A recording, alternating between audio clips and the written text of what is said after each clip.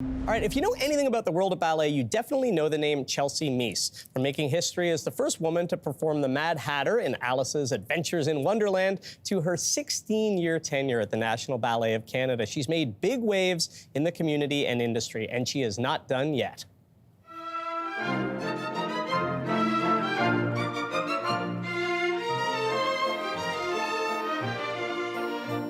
So currently, she's rehearsing for first cast as Myrtha, Queen of the Willies, in Giselle. It's a story about love, betrayal, and forgiveness before hanging up her pointe shoes next month. And here to talk about Giselle and her upcoming retirement, we have first soloist with the National Ballet of Canada, Chelsy Meiss. Such an honor to have you here. Thanks for being here. Thank you so much, Teddy. I have so many questions, but I want to start with Giselle, with this production. For folks who don't know, this goes back to like the mid-1800s when it was first put on in Paris. So what do you think, like, coming up on 200 years later, what is it about this story, about Giselle, that still resonates with people? Yes, so Giselle's one of the oldest classical ballets still being performed today. And I would say that it deals with timeless issues, real human emotion. The ballet opens and our lead character, Giselle, she's a young peasant girl with such a zest and love for life.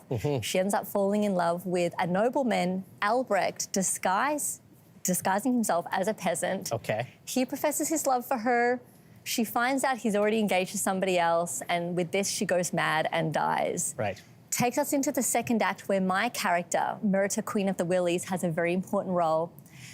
And we are spirits that are quite vengeful, and Giselle herself is something different. She still has a deep love and ends up forgiving Albrecht despite his mistakes against her. And I think it just shows all of us, it holds up to a mirror to ourselves. Can we truly forgive people?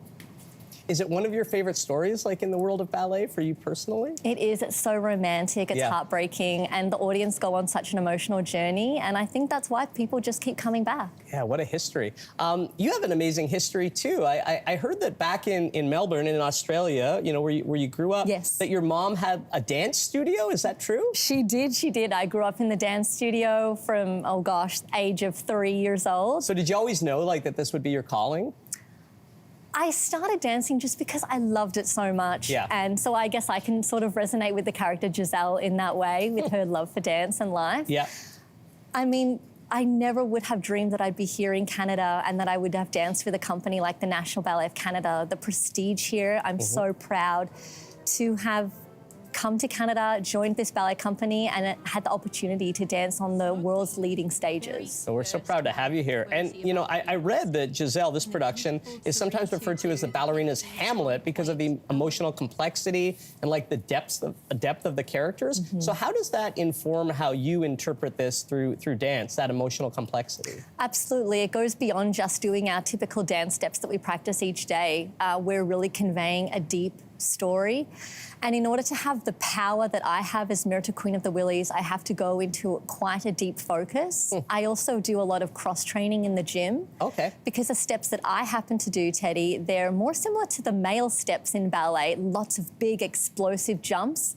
And I like to use the battle ropes in the gym to help with my stamina and my power, because at the end of the day, I'm a ballerina up there. I'm no longer a human. And as a spirited Willie, I have to not show that I'm exhausted at all and be whirling around the stage, creating that drama. It's fascinating.